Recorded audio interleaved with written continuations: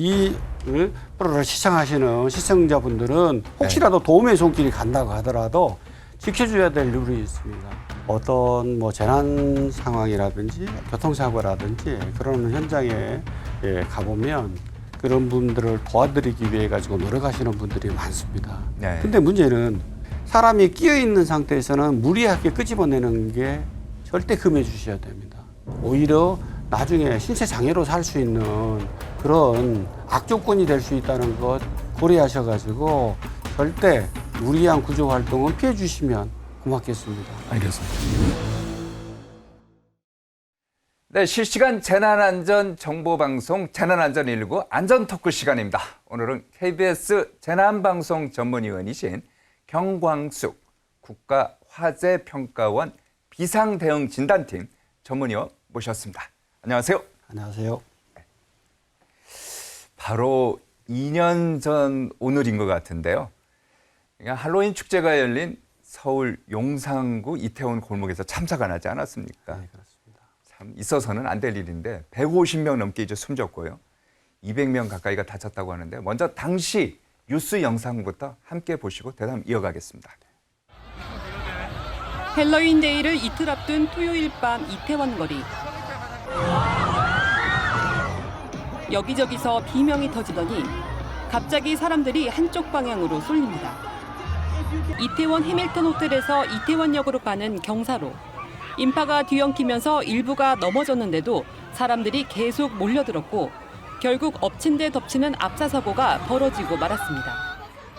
소방당국이 신고를 받은 지 2분 만에 현장 구조 작업에 나섰지만 인파를 뚫고 들어가는 일부터 난항이었습니다. 지체되는 시간 동안 사망자는 걷잡을 수 없이 늘었고 153명이 숨진 것으로 집계됐습니다. 부상자는 133명, 그 가운데 37명이 중상이어서 사망자는 더 늘 수도 있습니다. 부상자 중에는 병원에서 귀가자가 발생했고요. 또 중상자 일부가 사망하는 경우로 이렇게 지금 전환이 됐습니다.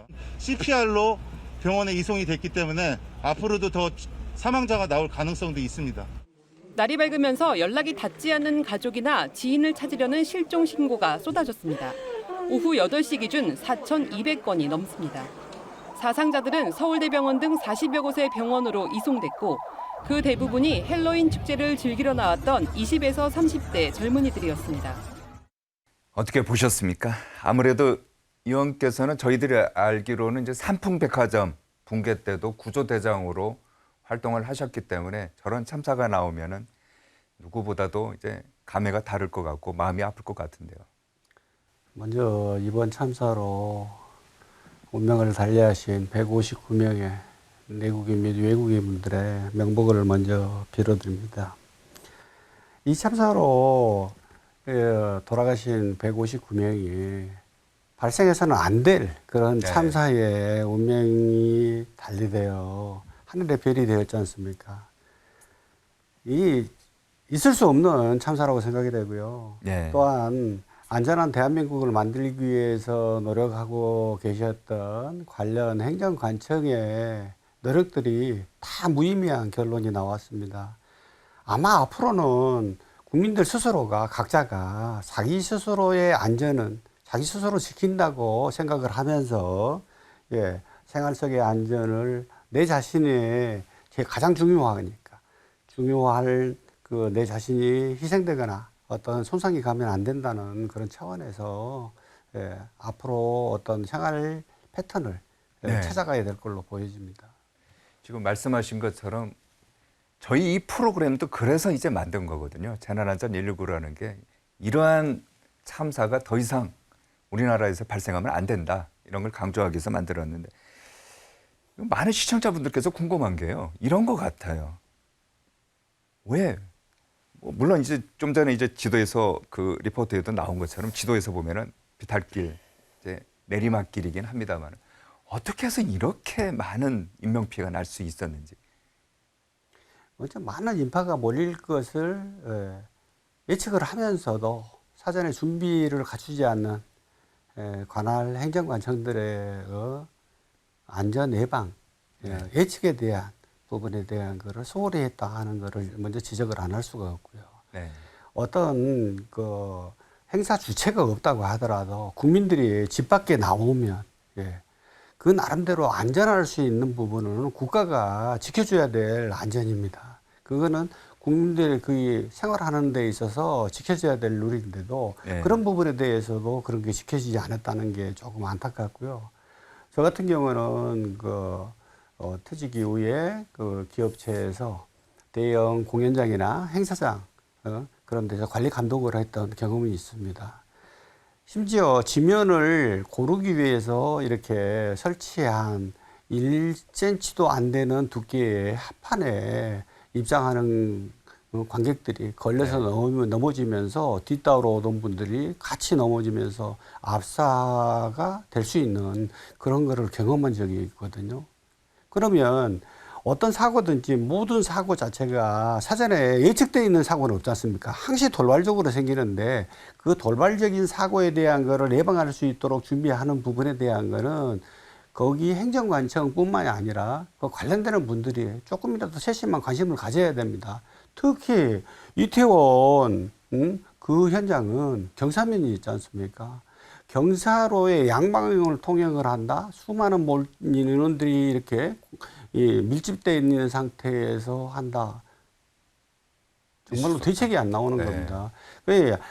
미리 한 방향으로 할 수 있는 부분에 대한 거를 준비를 하고 안전요원들도 배치하고 그렇게 해가지고 어떤 그 인파에 대한 집중도가 더 많아질 때는 빨리 탄력적으로 대처하면서 해야지만이 원활한 행사를 또 진행도 할 수 있고 사고도 예방을 할 수 있는데 그런 부분이 전혀 안 됐다는 거죠.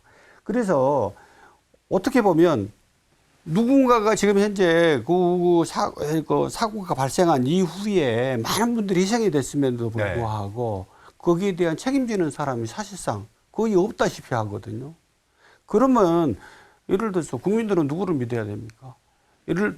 외국에서 우리나라를 굉장히 안전한 대한민국으로 생각을 합니다. 그런데 도로에서 지금 보행로에서 압사를 당했다라고 생각을 하면 있을 수 있는 건 아니거든요. 자, 그러면요. 뭐 그 원인이라든지 책임 소재에 대해서는 뭐 저희가 이제 계속 얘기를 해보고요. 좀 더 구체적으로 당시 사고 원인에 대해서 저희가 좀 짚어보는데 그 보면은 여러 가지 증언들 보면은 뒤에서 이렇게 한 3차례 정도 이제 밀리니까 그게 이제 넘어지면서 겹치면서 사고가 났다. 그 밀기 맞나요? 전에 밀고 땡기고 하는 부분에 대한 거는 사람들은 이렇게 가장 좋은 방법에 대한 거는 스스로가 내가 다른 사람의 몸과 부딪히는 접촉하는 부분이 된다 그러면 빨리 그 자리를 이탈하는 게 가장 효과적입니다. 그것도 그렇죠. 이탈도 측면으로 가거나 앞으로 뒤로 갈 수 있는 것보다는 대각으로 가는 게 제일 원활하게 빠져나갈 수 있다라고 이렇게 돼 있습니다. 그래서 그런 그 어떤 안전한 장소로 이동을 해야 되는 게 먼저고요. 두 번째는 그렇게 많은 인파가 몰릴 때는 그분들을 통제할 수 있는 방송 설비가 필요합니다. 이태원 같은 경우는 상점에서 지금 음악들을 이렇게 내보냈지 않습니까? 음악 소음 때문에 대해서 사람들은 소리도 들리지도 않고 또 방송 설비라든지 그런 거를 준비하는 게 전혀 없기 때문에 그 인원에 대한 거를 지금 더 이상 어떤 이렇게 밀고 땡기고 하는 그런 부분을 하면 안 된다 하는 거를 통제할 수 있는 방법이 없는 겁니다.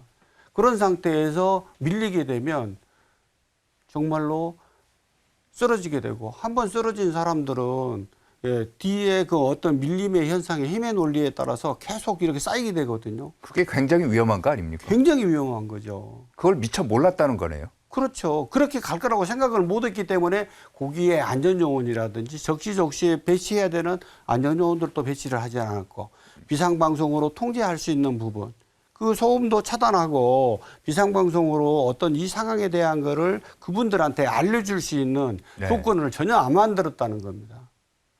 그게 안타까운 거죠.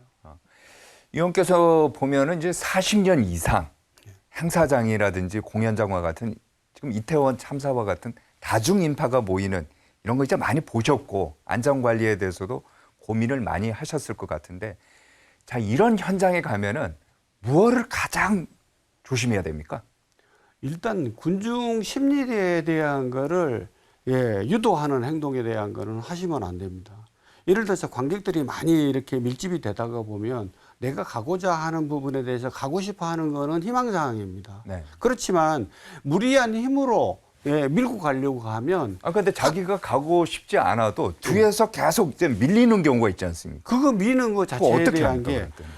어떻게 보면 거기에 구경 오고 어떤 그 행사를 즐기기 위해서 오신 분들이 네. 통제력이라든지 자제력이 좀 이렇게 없는 거거든요. 그러다 보면 주변에서 이제 그런 얘기 하지 않습니까? 야, 밀어 하는 군중심리를 이용한 그런 행위를 하는 게 있거든요. 그런 부분에 대한 거를 주변에서 차단을 해 주셔야지, 차단을 하지 않으면 경우에 따라서는 내 자신도 모르게 그 군중심리의 힘의 논리에 따르는 그 행동으로 같이 포함이 되게 되고 그게 내 운명을 바꿀 수 있는 계기가 된다. 내가 그 대상자가 될 수가 있습니다. 그렇기 때문에 그런 부분에 대한 거는 서로 간에 주의를 하고 예방하고 차단을 해야 되는데 그런 행동이 없이 이태원 참사에서는 야, 우리 쪽이 힘도 있었어 세니까 밀고 가 하고 유도했던 사람들이 있다는 겁니다. 그렇죠.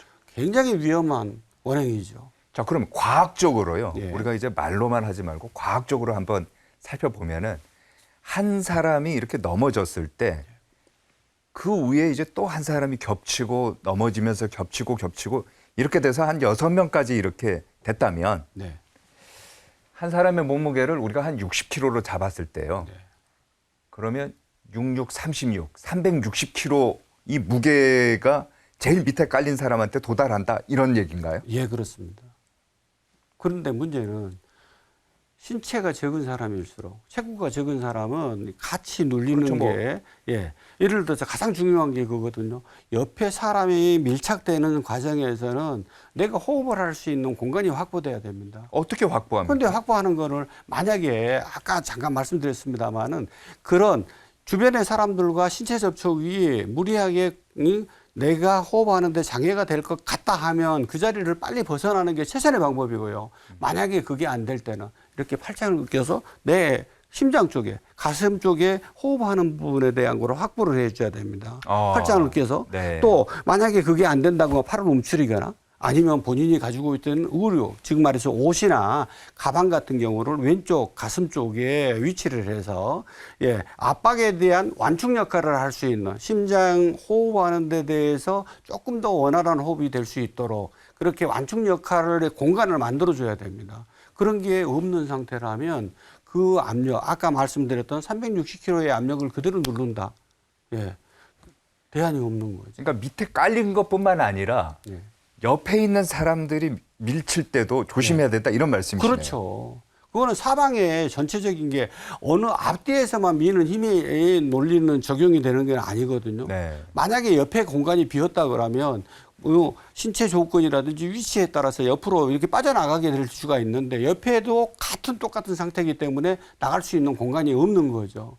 그렇기 때문에 가장 중요한 거는 그 어떤 행사나 놀이에 그 행사장에 방문하신 분들 각자가 네. 자제하는 또 아니면 질서를 지키려고 하는 의식이 필요합니다. 그런데 거기 같은 경우는 양방향 통행이 되다 보니까 특히 경사로다 보니까 어떤 통제력을 잃고 힘의 논리에 따라 가지고 본래 한두 사람이 넘어지는 게 중요한 게 아닙니다. 한두 사람이 넘어지면 그 뒤에 따라 있는 사람들이 전체가 다 넘어지게 돼 있어요. 한 중심을 못 5-6 잡게 되죠. 네. 중심을 못 잡으니까 자동적으로 눌릴 수밖에 없는 거거든요. 그러다 보면 눌린 다음에 또 심지어 넘어진 다음에 이렇게 쌓이게 되지 않습니까? 그 다음에 안전관리를 한다는 거는 안전관리가 되지가 않습니다. 아까 그림 보면요. 심폐소생술이라고 하지 않습니까? 네. 이제 응급처치로서 이제 심폐소생술을 하는 장면이 많이 나오고 길거리에서도 일반 시민들이 직접 이제 나서서 이제 심폐소생술을 하고 하는데 심폐소생술은 구조대원 같은 경우는 언제 합니까? 구조대원들이 일단 현장에 도착을 해서 환자 평가라는 거를 제일 처음에 하게 됩니다. 그 환자 평가를 환자 상태를 보고 나서 호흡을 하는지 안 하는지 그런 거를 보게 되는데 호흡을 안 한 사람은 입술에 청색증 이렇게 파란색으로 색깔이 입술이 바뀌게 됩니다. 보통 사람들은 약간 붉은 이렇게 색깔을 띠고 있지 그렇죠, 않습니까? 그렇죠. 그런데 호흡을 못하는 사람들은 청색증을 띠고 있거든요. 네. 그리고 두 번째는 일단은 그 환자 상태에 따라서 무호흡증 분들의 손이나 볼 그런데 이렇게 갖다 대서 이분이 호흡을 하는 들숨 날숨에 대한 거를 느끼거나 가슴의 움직임에 대한 거를 호흡을 하는지 안 하는지를 확인하고 만약 그런 일련의 호흡하는 동작이 나타나지 않으면 무호흡 상태다라고 생각을 하고 인공호흡을 하는 심폐소생술을 실시하게 됩니다. 그럼 심폐소생술이요. 호흡이 약할 때도 있잖아요. 네. 이때도 심폐소생술을 합니까? 아니면 그때는 약할 때 하는 거는 아닙니다. 아예 멈췄을 때. 예, 아예 못 느낄 때 하는 거지. 약할 때는 일단 호흡할 수 있는 상태에 대한 게 제일 불편하는 게 위에서 본다 보면 이 목 부분. 목 예. 부분의 넥타이나 예. 그런 부분에 대한 거를 개방을 해주거나 뭐 아. 스카프가를 풀어준다든지 예 목도리를 풀어준다든지 그렇게 해가지고 하고 그 다음에 쭉 이렇게 아래쪽으로 내려가다가 보면 호흡하는데 직접적인 영향은 아닙니다만은 간접적인 영향으로 허리 벨트 예 가슴이 이렇게 하는데 허리 벨트가 이렇게 조여져서 불편할 수 있거든요. 그런 거를 풀어주고요. 개방을 한다든지 아. 그런 거를 선행을 먼저 한 다음에 그런데도 호흡하는 동작이 나타나지 않는다면 그때 이제 심폐소생술 실시를 해야 되겠죠. 자, 이 심폐소생술이라는 것이 이제 얼른 생각하면은 뭐 누구나도 다 할 수 있는 쉬운 거라고 생각을 하는데 막상 이제 또 응급 상황이 되면은 또 생각이 잘 안 날 수가 있어요. 네, 그렇습니다. 어렵게 오늘 저희가 이제 경광숙 위원님 이제 모셨는데 죄송합니다만 직접 한번 시연을 좀 해주실 수 있나요? 네, 그렇게 하겠습니다. 네. 일단 그 심정지 환자가 발생한 사람에 대한 거를 가면서 네. 제일 먼저 해야 될 행동이 바닥이 딱딱하고 네. 평평한 곳으로 그 심정지 환자를 이동을 해야 됩니다. 이동하고요. 예. 네. 바닥이 딱딱하지 않으면 가슴 네. 압박을 해도 완충 역할이 돼가지고 실질적으로 가슴에 공기 그렇죠. 주입하는 부분이 희석이 되거나 미약할 수 있습니다. 그래서 그렇죠. 딱딱한 장소를 택해가지고 해야 되고요. 그리고 두 번째는 환자 상태에 대한 걸 호흡을 하고 있는지 안 하고 있는지 확인을 해야 됩니다. 아까 좀 전에 이제 얘기한 것처럼. 구조대원들은 뭐 청색증이라든지 그런 상태를 본다지만 네. 일반인들이 청색증을 본다는 거는 사실상 판단하기 어렵거든요. 그렇죠. 그런 상태에서는 일단 본인의 뺨을 코나 입 쪽으로 갖다 대고 가슴이 부풀어 오르는 것을 확인을 하면서 이분이 심정지 환자 상태가 있는 그 이분이 호흡을 하는지 하는 들숨 날숨에 대한 거에 느껴지는지 안 느껴지는지 또는 가슴이 부풀어 오르는지 안 들어오는지를 확인한 다음에 만약 그런 일련의 동작이 나타나지 않는다면 심히 바로 심정지가 됐다. 네. 심정지가 됐다고 생각을 하고 다음 동작을 해 주셔야 되는데 주변에 계신 분들한테 먼저 이 사람이 쓰러졌어요. 도와주세요. 하고 큰 소리로 외쳐서 주변의 사람들을 이렇게 도움을 받을 수 있는 사람을 모아야 되고요. 두 번째는 그 모인 사람들 중에서 특정인을 지정해서 예를 들어서 안경 쓰신 분이나 노란 티를 입으신 분 특정인을 지정을 해서 119에 신고를 해 주세요. 그건 왜 하고 그럽니까? 요청을 해야 됩니다. 여러 사람이 있는데 도와주세요. 119에 신고해 주시면 서로가 미루다가 119 신고가 안 되는 경우가 많습니다. 그렇기 네, 그럴 수 때문에 있네요. 특정인을 지정을 해가지고 신고할 수 있도록 해주셔야 되고 그리고 나서 로비에 있는 심장 충격기를 가져다 주세요. 네. 인공호흡을 하고 나서 심장 충격기라고 하는 그 드라마에서 의사 선생님들이 심정지 환자에 대한 거를 가슴에다가 이렇게 네. 전기 쇼크를 할 때 펄떡 뛰는 그런 게 있지 않습니까? 그런 장비가 있습니다. 그래서 그거를 가져다 주세요 하고 요청을 해야 되고 그리고 나서는 이제 심폐소생술을 해야 되는데 일단 호흡을 인공호흡을 해야 되기 때문에 고개를 약간 이마를 누르시면서 들어주시고 코를 잡고 입을 최대한으로 크게 벌려가지고 입을 전체를 하고 나서 위에서 공기를 들여 마신 후에 아래쪽으로 이 요구조자에 대해서 바람을 입으로 불어넣어 줍니다.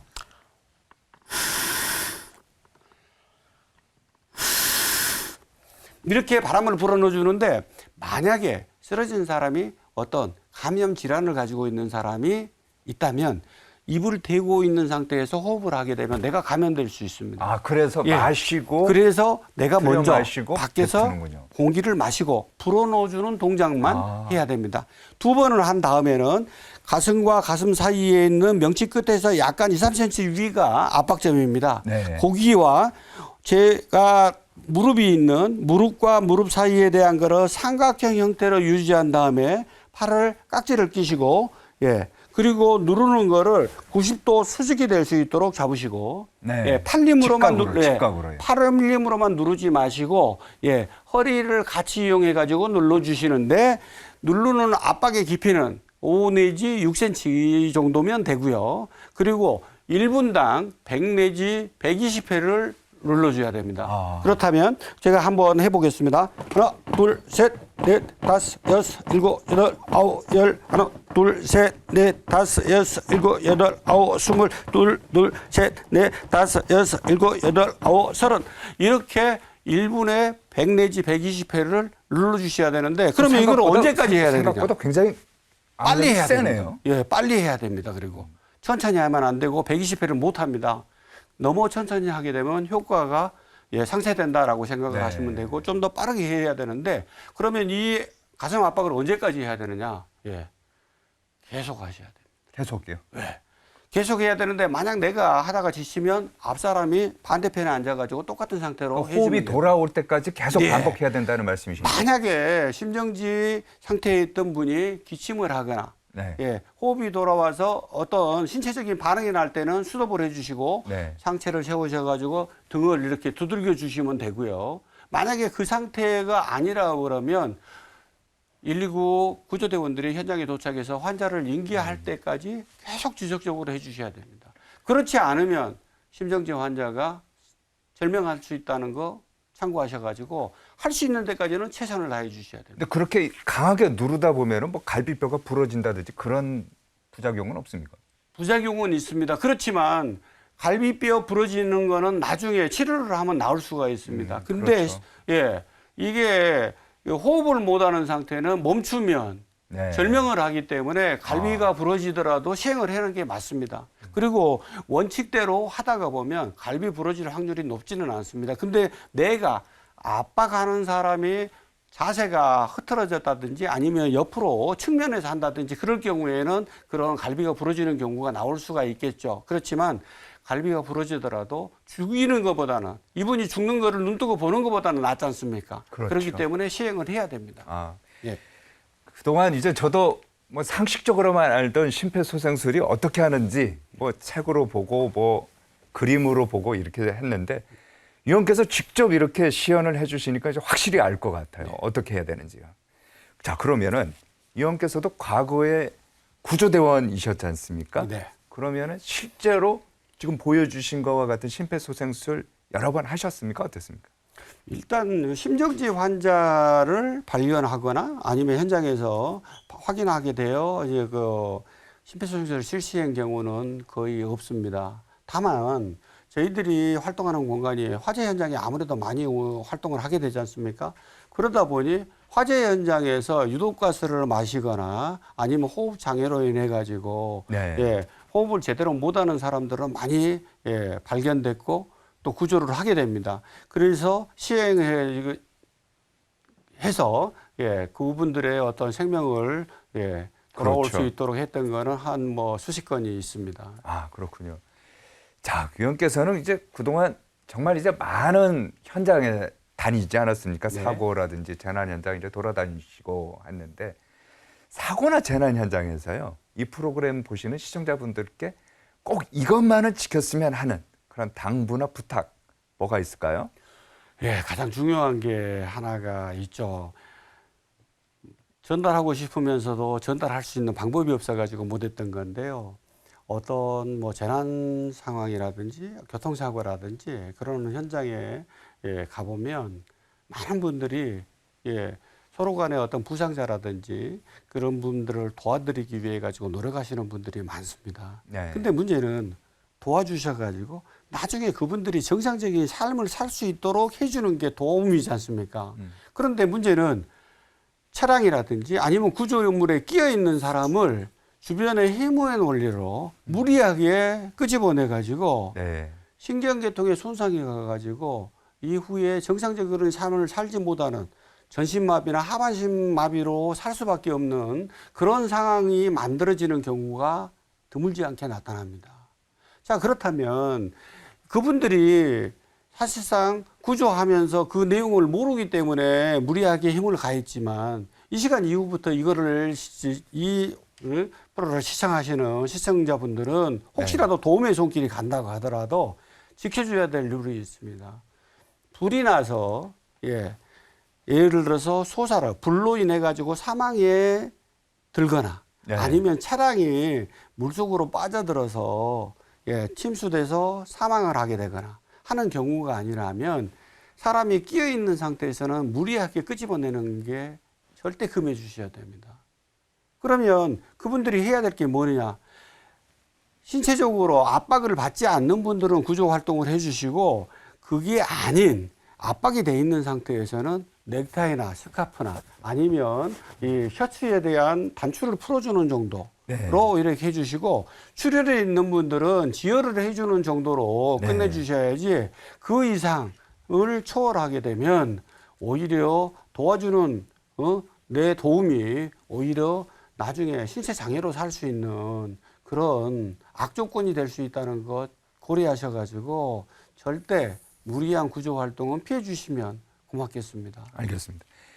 자, 좀 전에요. 시청자분께서 연락이 왔는데 네. 시연을 보시고 네. 야, 저거 나도 좀 뵙고 싶은데 네. 어디 가면 마네킹으로 이제 자기도 배울 수 있느냐, 심폐소생술을 배울 수 있느냐 이런 연락이 왔거든요. 네. 어디 가야 됩니까? 심폐소생술 교육 관련해 가지고는요, 받을 수 있는 체험관들이 상당히 많습니다. 각 시도 본부에서 운영하고 있는 체험관이 있고요. 아, 그리고 체험관이 있어요. 또 가까운 소방관서에서 체험 활동을 할 수 있습니다. 아, 네. 그리고 또 지방자치단체 체험관에서도 할 수 있고요. 또 한국심폐소생협회에서 운영하는 체험관도 있습니다. 그런 어떤 기관들에 대해서 사전에 홈페이지를 통해 가지고 접수를 하고 예약을 하거나 예약하고 가면은 가까운 소방관이나 소방서나 이런 데서도 배울 수 있다.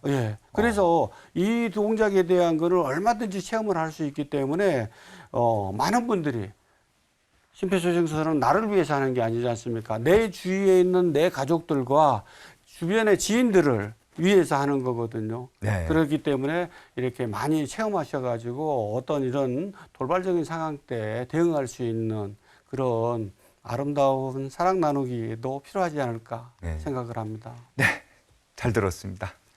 자, 여기까지 듣도록 하겠습니다. 지금까지 KBS 재난방송 전문위원이신 경광숙 국가화재평가원 전문위원이셨습니다. 감사합니다. 네, 감사합니다.